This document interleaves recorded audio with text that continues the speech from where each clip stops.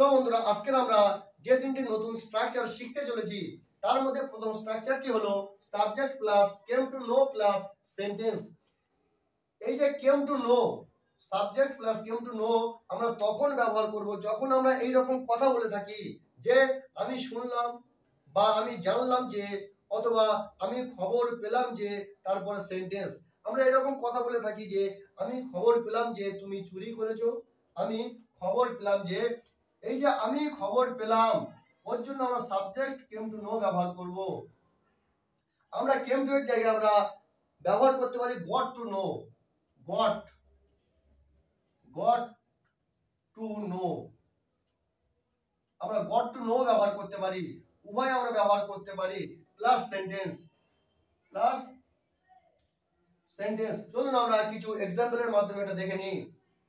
Suppose আমি শুনলাম যে তুমি চুরি করেছো, আমি শুনলাম, আই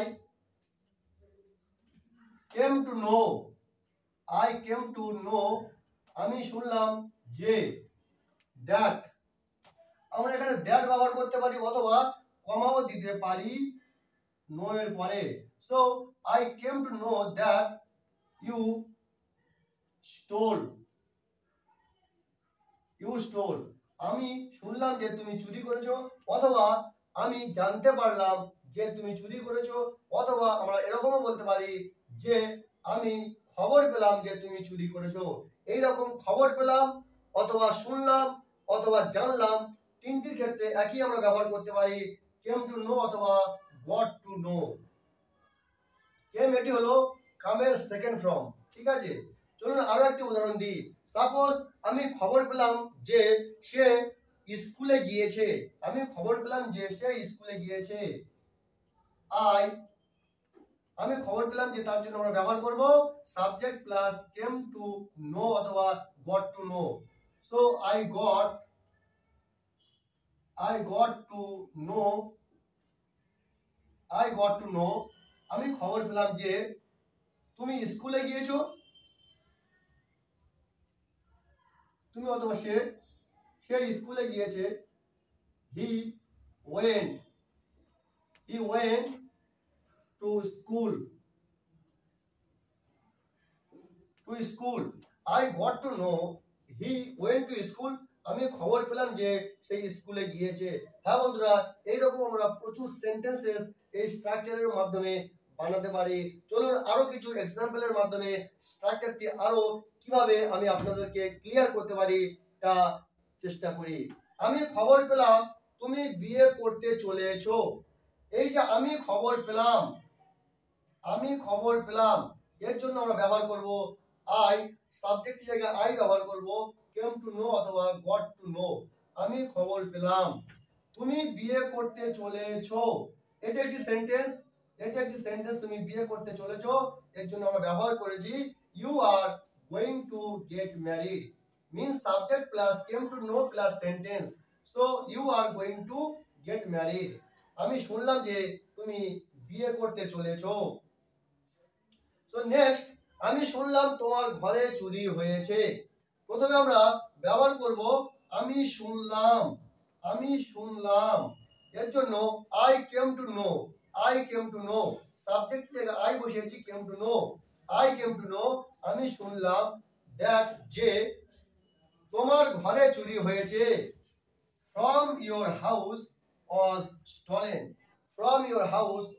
stolen, আমি শুনলাম তোমার ঘর থেকে চুরি হয়েছে অথবা তোমার ঘরে চুরি হয়েছে। সো বন্ধু, আপনি এই স্ট্রাকচারের মাধ্যমে প্রচুর এইরকম সেন্টেন্সেস ইজিলি বানাতে পারেন, but first of all you have to practice more and more. সর্বপ্রথমে আপনাকে প্রচুর প্র্যাকটিস করতে হবে। The more you practice, the better you can grab in this language. আপনি যত প্র্যাকটিস করবেন তত সহজেই, তত বেশি আপনি এই ভাষাকে আপনি গ্র্যাব করতে পারবেন, দখলে আনতে পারবেন। সো চলুন নেক্সট অন্য একটি স্ট্রাকচার আমরা দেখি। সো বন্ধুরা, নেক্সট স্ট্রাকচারটি হলো words there to V on plus object. এই স্ট্রাকচারের মাধ্যমে আমরা ডেইলি বেসিস আমাদের লাইফে প্রচুর সেন্টেন্সেস যেগুলি আমরা আমাদের মাতৃভাষায় ব্যবহার করে থাকি, যে এতে লুকানোর কি আছে, এতে হাসার কি আছে, এতে মন খারাপ করার কি আছে? হ্যাঁ বন্ধুরা, এইরকম প্রচুর সেন্টেন্সেস আমরা আমাদের মাতৃভাষায় কথোপকথনের ক্ষেত্রে ব্যবহার করে থাকি। সো আশা করি আজকের এই ক্লাসের পর থেকে আপনিও ইংরেজিতে এইরকম সেন্টেন্সেস ইজিলি ব্যবহার করতে পারবেন। সো চলুন দেখে নিই। এতে হাসার কি আছে? What's there two? V1, V1 হাসার কি আছে? হাসা এটা একটি ভার্ব। সো ভার্বের ফার্স্ট ফর্ম লাফ। হোয়াটস দেয়ার টু লাফ? এতে হাসার কি আছে? এতে লুকানোর কি আছে? What's there to hide? Hide মানে লুকানো। তো প্রথমে আমরা ব্যবহার করব হোয়াটস দেয়ার টু, তারপরে যে ভার্বের কথা বলা হচ্ছে তার ফার্স্ট ফর্ম আমরা টু এর পরে ব্যবহার করব। নেক্সট, এতে খারাপ মনে করার কি আছে? What's there to feel bad? Feel bad, what's there to feel bad? So এতে খারাপ মনে করার কি আছে? সো বন্ধুরা, এই দুটি স্ট্রাকচারের মাধ্যমে আমরা প্রচুর আমাদের ডেইলি বেসিস, ডেইলি লাইফ যে সেন্টেন্সগুলি আমরা বাংলাতে অথবা আমাদের মাতৃভাষাতে ব্যবহার করে থাকি সেগুলি আজকের থেকে আমরা ইজিলি ইংরেজিতে বলতে পারবো এবং সেন্টেন্স বানাতে পারবো।